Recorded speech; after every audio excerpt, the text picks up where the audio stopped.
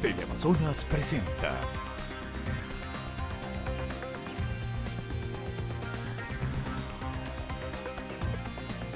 Usted y su dinero.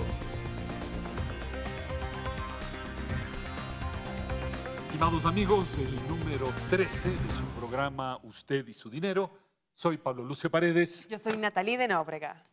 Como estamos justo una semana antes de Navidad, el próximo programa va a ser el día de Navidad, queremos de una vez mandarles un abrazo y desearles unas felices fiestas.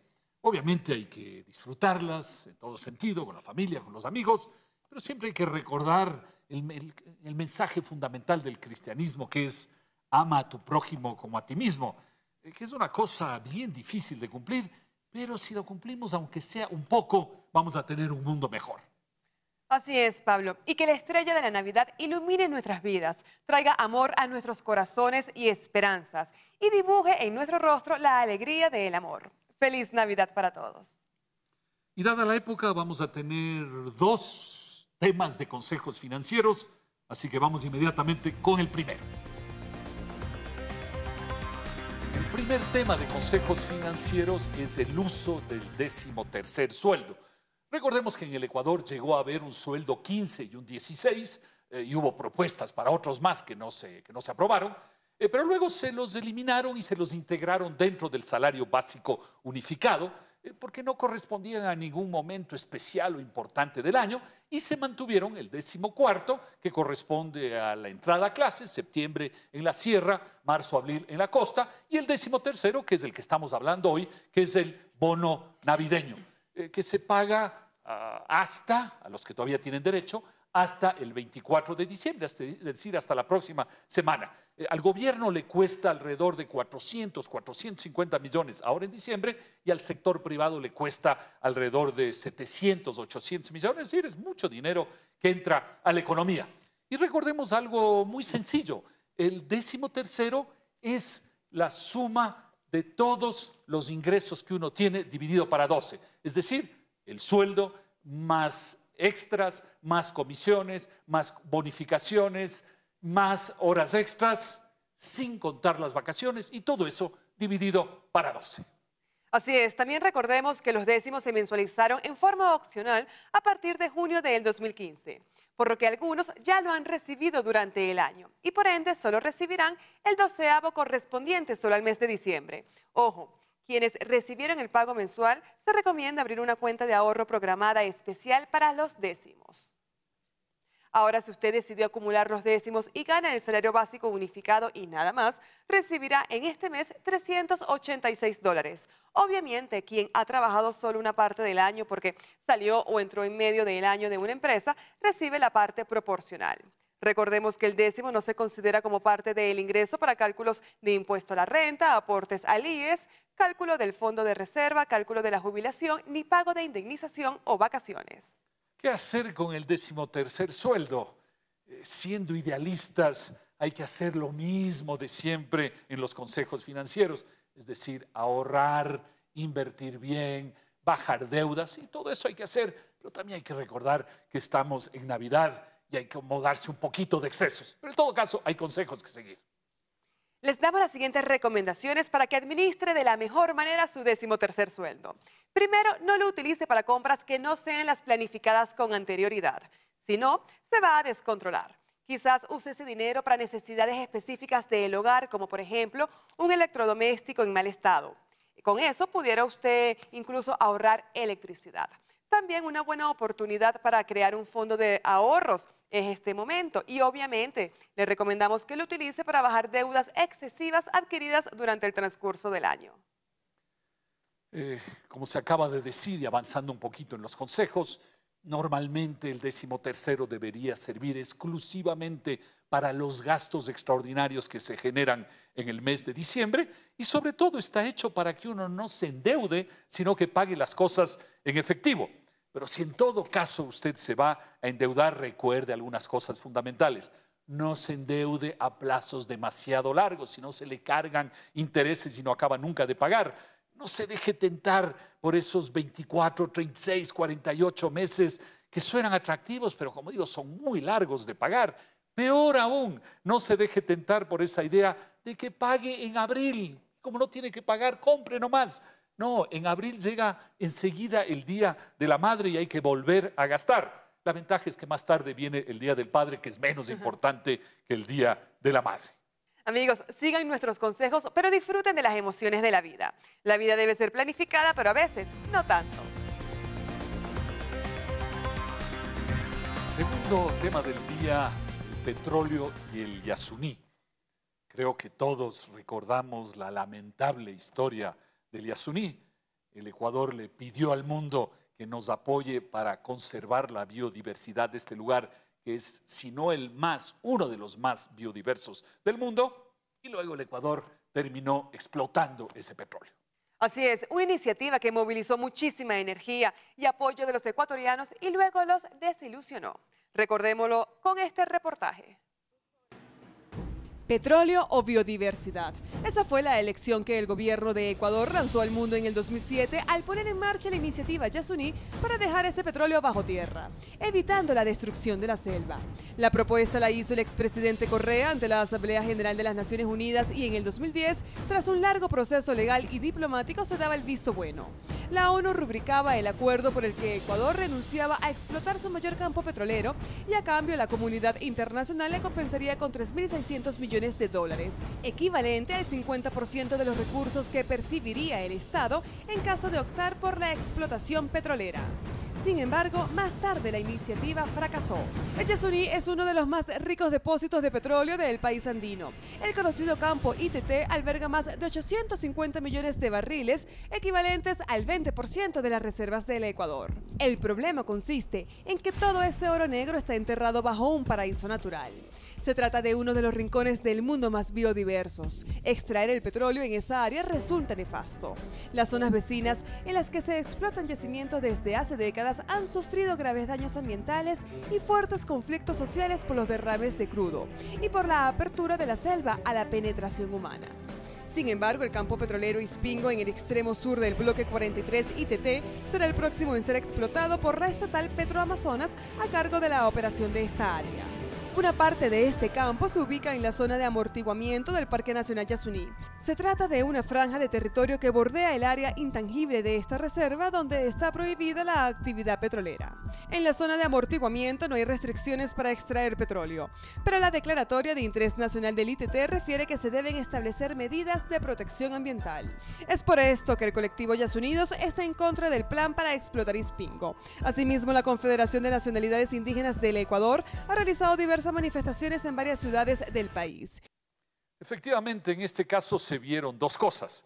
Por un lado, que en el mundo se habla mucho del medio ambiente, pero el Ecuador pidió una cantidad de dinero relativamente modesta y no la obtuvo. Es decir, en el mundo se habla más de lo que se hace respecto al medio ambiente. Y obviamente en el Ecuador estaba muy claro que el gobierno tenía un plan B, que era el plan que prefería, que era explotar y sacar los recursos del Yasuní para las necesidades políticas del gobierno. Por un lado, en consecuencia, faltó decisión, del otro lado faltó mostrar confianza.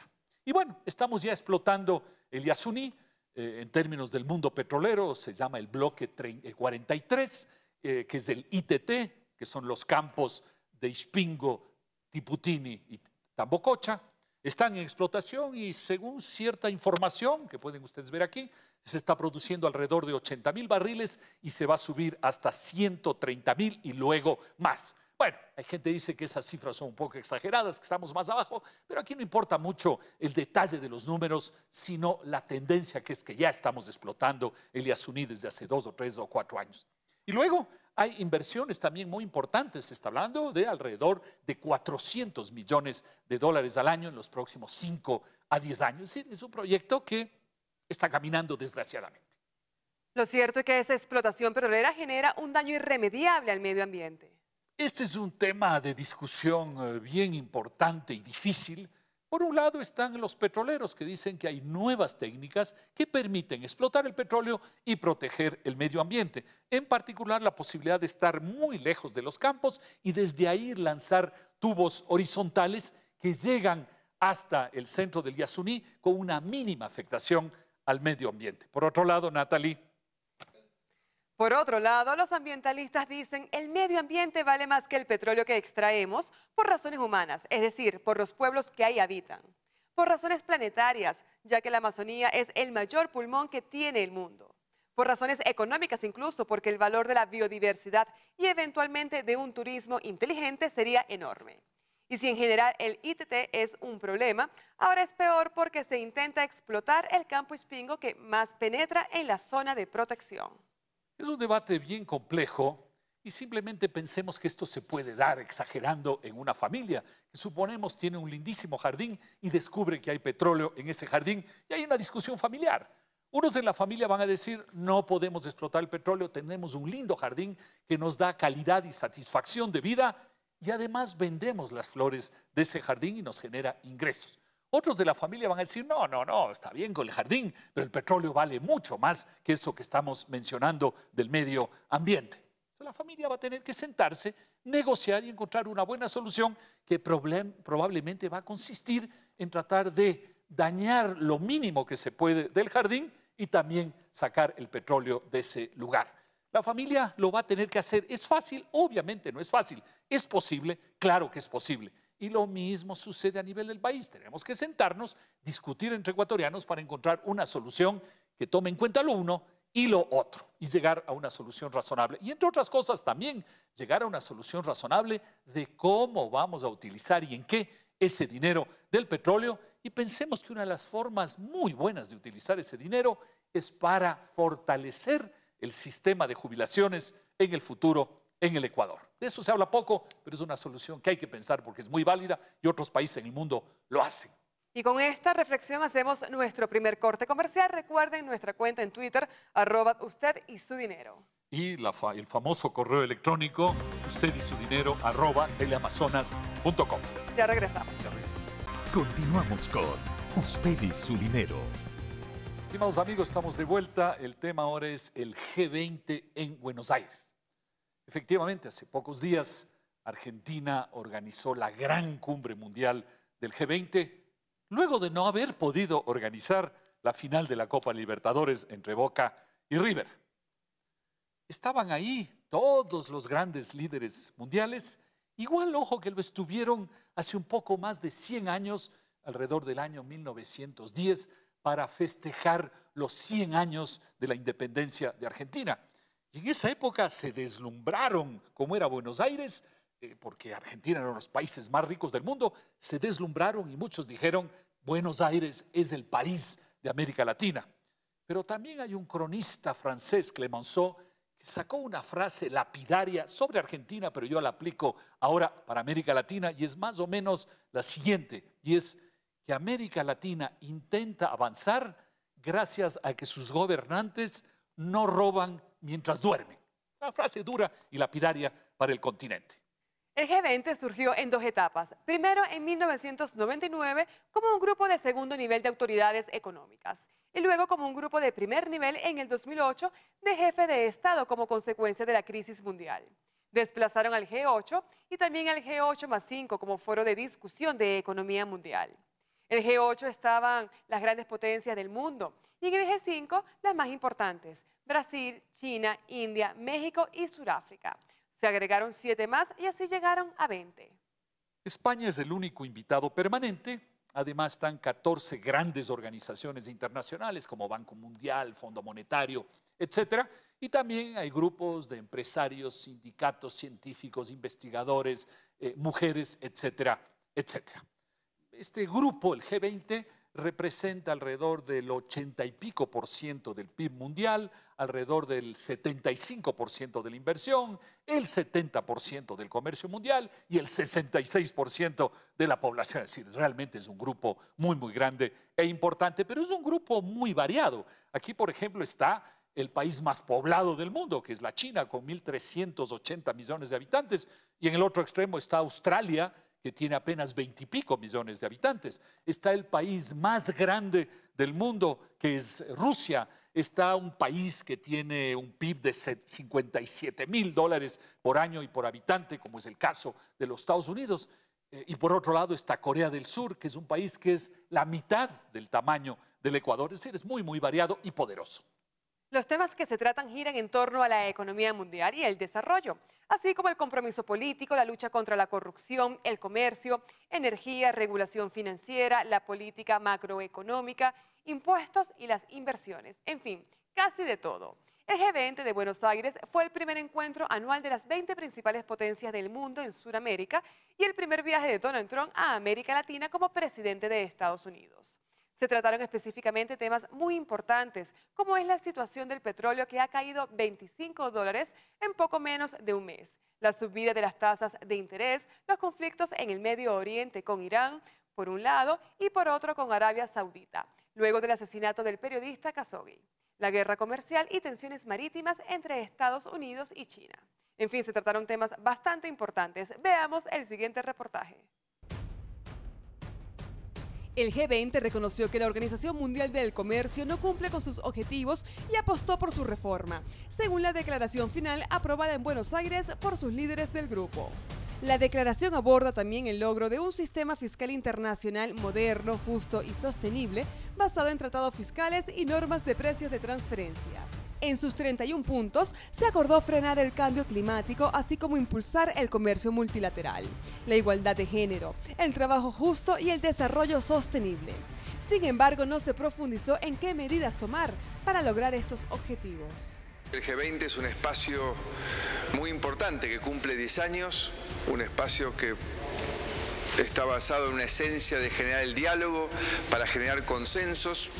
Es un espacio donde nos vemos cara a cara, hablamos con franqueza y buscamos ratificar las coincidencias y administrar los desacuerdos. También se abordaron temas sensibles como el reciente conflicto entre Rusia y Ucrania, la guerra comercial entre China y Estados Unidos y el famoso Brexit. Temas vinculados a América Latina muy poco. Por un lado, el presidente Trump está interesado en temas de seguridad, está interesado en temas de migración, pero visto desde el punto de vista de los Estados Unidos, y también en su pelea con algunos gobiernos populistas, como es el caso de Venezuela, Nicaragua y Cuba, pero no mucho más que eso. El presidente Macri de Argentina trató de plantear, obviamente, el tema dramático en América Latina, que es la migración desde Venezuela, que está afectando muchísimo a Colombia, a Perú, a Ecuador y a otros, pero no se lo topó mucho. Cierto es que hace un par de meses los ministros de Economía habían pedido al Fondo Monetario Internacional que ayude a todos estos países porque la migración se ha vuelto un problema muy grave desde Venezuela. Pero ya en la reunión en Buenos Aires, China y Rusia, que son muy cercanos aliados de Venezuela, frenaron cualquier intento de hacer una declaración más fuerte respecto a Venezuela. Así es como va caminando el mundo.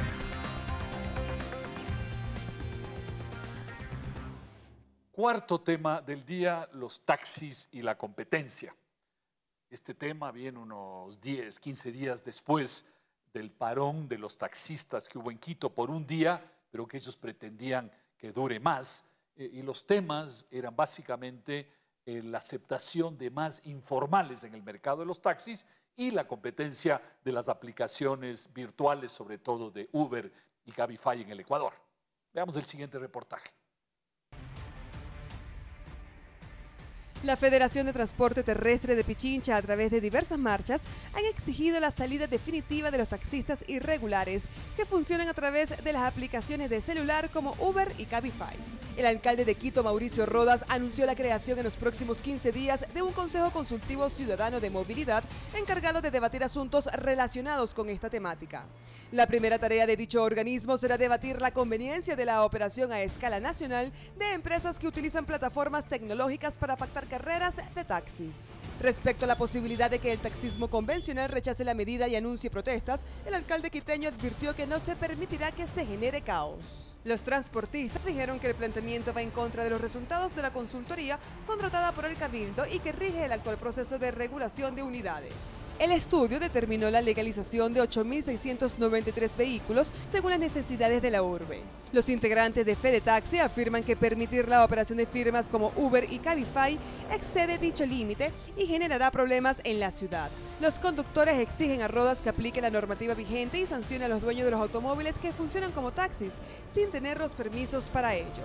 Además de oponerse a los Uber y Cabify, también se oponen a un incremento de cupos para prestar el servicio en la capital. Cualquier gremio tiene el derecho a defender sus reivindicaciones. Lo que no tiene derecho es a provocar caos, paralizar el funcionamiento de una ciudad, afectar su economía, alterar las actividades escolares e irrespetar lo que dice la ley y la Constitución. Es por ello que el paro no es una solución a sus conflictos y no tiene el respaldo de sus usuarios. Obviamente con muy poco apoyo de la gente que tiene muchas quejas respecto a los taxis, ya que el servicio no siempre es el mejor. Muchas veces no quieren llevar a los pasajeros porque esa no es la ruta que tienen prevista. Su justificación es que ya le llegó la hora de retirarse.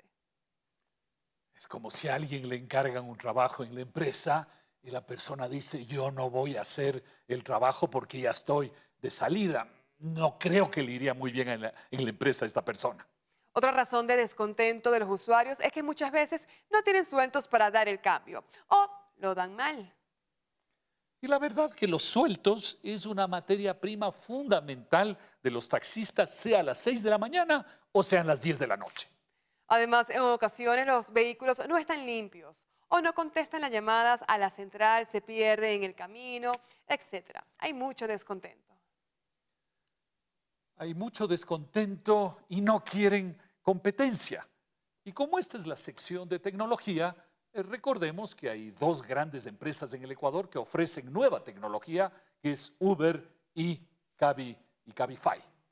Uber nació en el año 2009 alrededor de lo que es ahora el concepto de la economía compartida, cuya idea básicamente es utilizar activos y tiempo que no son utilizados o no son bien utilizados para compartirlos. En este caso, por ejemplo, alguien que está yendo de un lugar a otro de la ciudad y está solo en el vehículo, que pueda llevar a otra persona para utilizar de la mejor manera el vehículo y el tiempo. Eso es la economía compartida. Como ya lo hemos dicho en otras oportunidades, es aplicar tecnología a cosas que ya se hacían antes. Siempre ha existido el llamado taxista ilegal, expresión no muy correcta porque da la impresión de que están haciendo algo malo. O la persona que se paraba en una esquina con su vehículo, sobre todo a la salida de la ciudad, en espera de clientes. Ahora hay obviamente más organización a través de las nuevas tecnologías, de la red y de cierta manera más seguridad a través de esta organización. Este sistema se volvió rápidamente muy exitoso. Simplemente pensemos que Uber ahora vale cerca de 100.000 millones de dólares. Y el éxito se debe obviamente a razones prácticas que quieren los clientes. Uno puede llamar fácilmente, uno puede saber quién viene, uno puede saber en cuánto tiempo llega, uno puede pagar automáticamente a través de la aplicación, etcétera, etcétera, es decir, cosas que la gente valora. Lo que sí es cierto es que el servicio ha dejado de ser lo que era al inicio. Como os decía, la idea era que alguien que esté en la calle lleve a otras personas. Ahora se ha vuelto algo mucho más organizado y es casi como una nueva compañía de taxis con mejor tecnología. Incluso algunas de las empresas los dicen, no queremos tener personas que hacen este trabajo de vez en cuando, sino que sea el sustento fundamental de sus familias. Por eso en muchos lugares, en Europa por ejemplo, ya se les ha calificado como empresas de transporte y no como empresas que simplemente relacionan a clientes con personas que tienen vehículos. Ha cambiado el concepto y obviamente ahora los taxistas dicen, muy bien, si son empresas de transporte, entonces no pueden darnos competencia tan fácilmente. Un absurdo, ¿no? Sin duda es un absurdo, pero por otro lado sí hay que estar conscientes que los taxistas tienen una serie de regulaciones, controles, costos excesivos que hacen que para ellos la competencia es más difícil.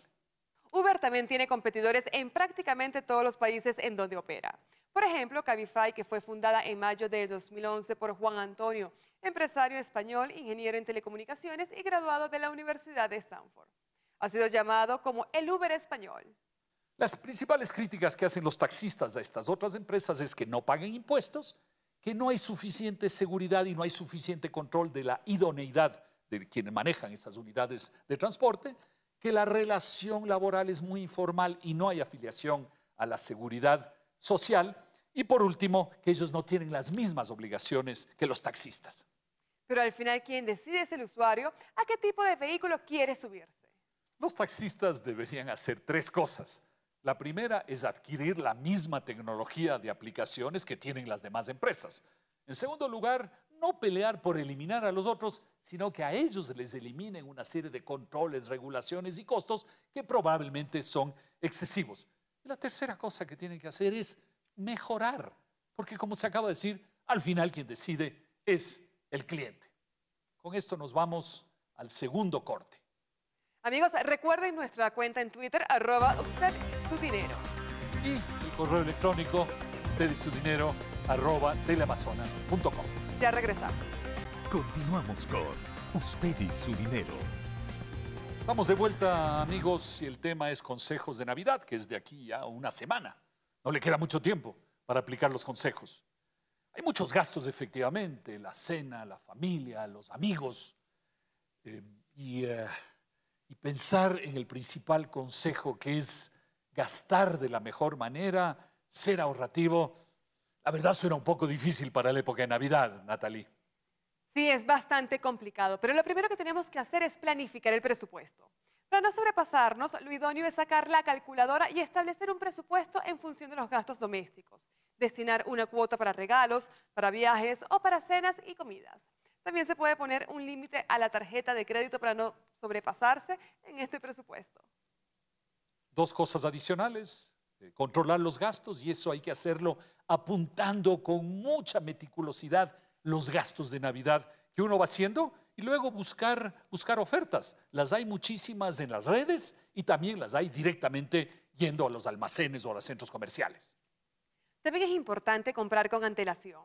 Muchos almacenes aumentan los precios de los juguetes cuando se acercan las fechas navideñas.